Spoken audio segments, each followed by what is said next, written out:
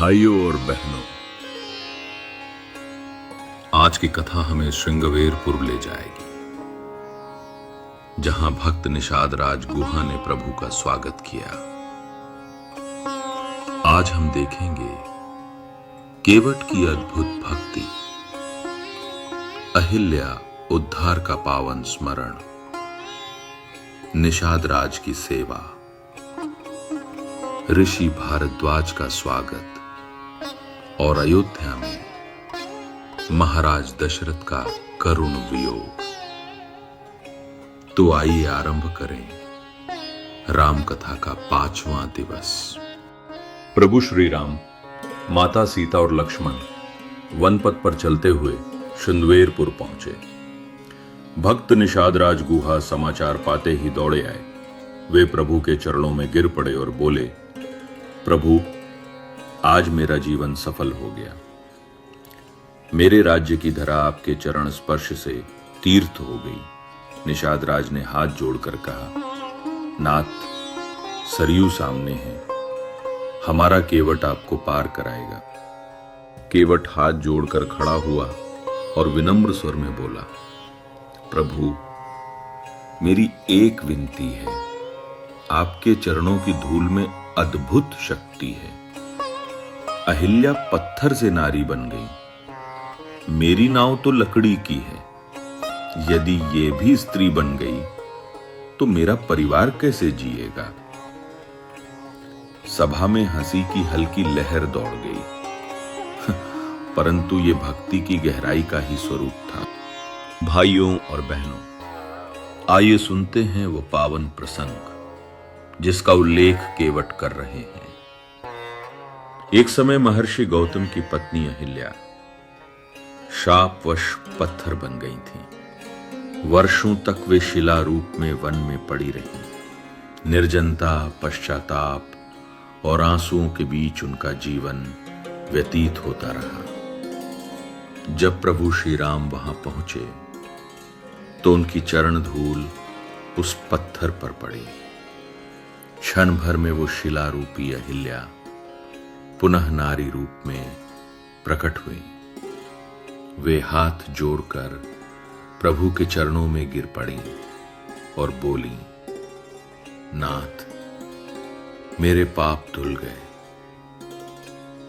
आपके चरण स्पर्श से मेरा जीवन पुनः पवित्र हो गया। प्रभु ने करुणा से कहा, भक्ति और प्रायश्चित से बड़ा कोई साधन नहीं। जिसने हृदय से प्रभु को पुकारा उसका उद्धार अवश्य होता है। इसके बाद केवट ने जल लाकर अपने हाथों से प्रभु श्री राम के चरण पखारे। उसने उस पावन जल को अपने मस्तक पर लगाया और भाव विवल होकर बोला, प्रभु, अब मेरा जन्म सफल हो गया। फिर उसने आदर पूर्वक प्रभु, माता सीता, लक्ष्मण और निषाद राज को नाव में बिठाया। सरयू की लहरें झूम रही थीं, मानो स्वयं नदी माता प्रभु का स्वागत कर रही हो। जब नाव उस पार पहुंची तो माता सीता ने अपनी अंगूठी उतारकर केवट को दी। केवट हाथ जोड़कर बोला, माता, ये मेरे लिए अमूल्य धन है। प्रभु मुस्कुराए और बोले, भक्त, जिसने अपना हृदय प्रभु को अर्पित कर दिया, उससे बड़ा धनी संसार में कोई नहीं। निषाद राज ये सब देखकर व्याकुल हो उठे। उन्होंने कहा, हाय, अयोध्या के राजकुमार आज वनवासी बनकर कठिनाई सह रहे हैं। ये दृश्य मेरे हृदय को चीर रहा है। फिर वे प्रभु को अपने आश्रम ले गए। उन्होंने फल फूल अर्पित किए और हाथ जोड़कर बोले, नाथ, ये मेरा परम सौभाग्य है कि मैं आपकी सेवा कर पा रहा हूं।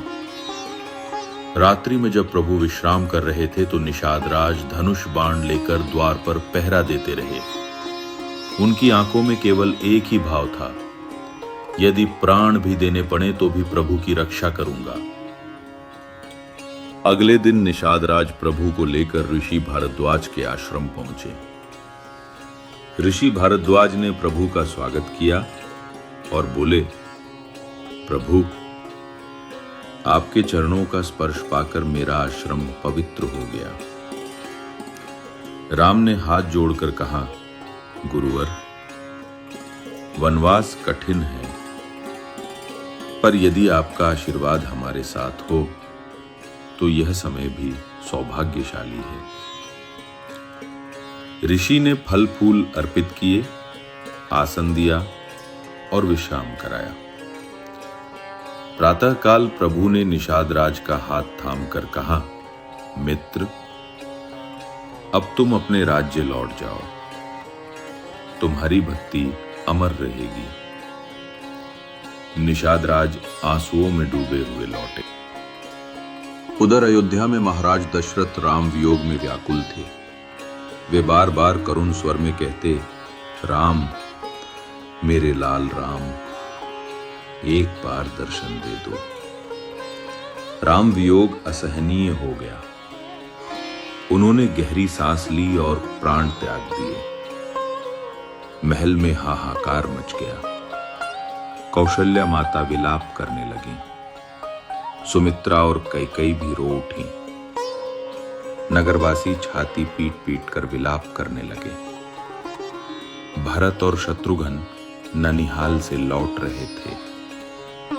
समाचार सुनते ही वे फूट फूट कर रो पड़े। भरत ने आर्त स्वर में कहा, हाय, यह सब मेरी मां कैकेयी के कारण हुआ। राम के बिना मैं अयोध्या का राज्य कभी स्वीकार नहीं करूंगा। भक्तों, आज की कथा ने हमें दिखाया श्रृंगवेरपुर में निषाद राज का स्वागत, केवट की अनुपम भक्ति और चरण सेवा, अहिल्या उद्धार का पावन प्रसंग, ऋषि भारद्वाज का स्वागत और अयोध्या में महाराज दशरथ का करुण वियोग। राम कथा हमें यही सिखाती है, भक्ति, सेवा और त्याग ही जीवन का सच्चा धन है। कल की कथा में हम देखेंगे भरत का चित्रकूट जाना, प्रभु से मिलना और पादुका राज्य की स्थापना। राम सिया राम, जय जय राम।